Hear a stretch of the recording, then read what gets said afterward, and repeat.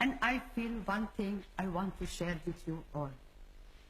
The greatest destroyer of peace today is the cry of the innocent, unborn child.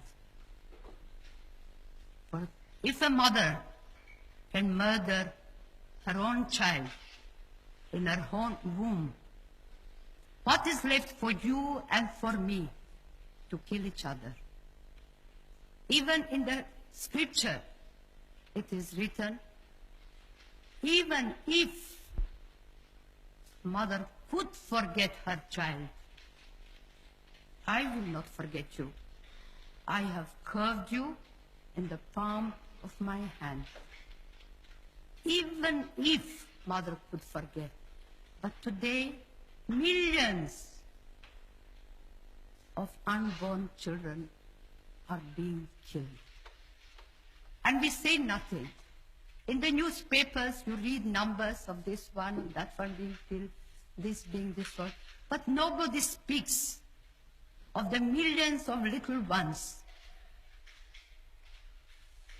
who have been conceived with the same life as you and I, with the life of God. And we say nothing. We allow it. To me, the nations who have legalized abortion, they are the poorest nation. They are afraid of little one. They are afraid of the unborn child. And the child must die because they don't want to feed one more child, to educate one more child. The child must die. And here I ask you, in the name of these little ones, for it was that unborn child that recognized the presence of Jesus when Mary came to visit Elizabeth, her cousin.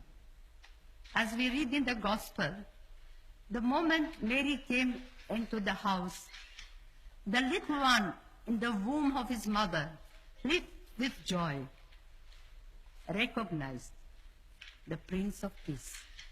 And so today, let us here make a strong resolution. We are going to save every little child, every unborn child, give them a chance to be born. And what we are doing, we are fighting abortion by adoption. And the good God has blessed the work so beautifully that we are saved thousands of children, and thousands of children have found a home where they are loved, they are wanted, they are cared. We have brought so much joy in the homes that there was not a child. And so today I ask, since His Majesty is here, and before you all who come from different countries, let us all pray that we have the courage to stand by the unborn child and give the child an opportunity to love and to be loved. And I think with God's grace, we will be able to bring peace in the world.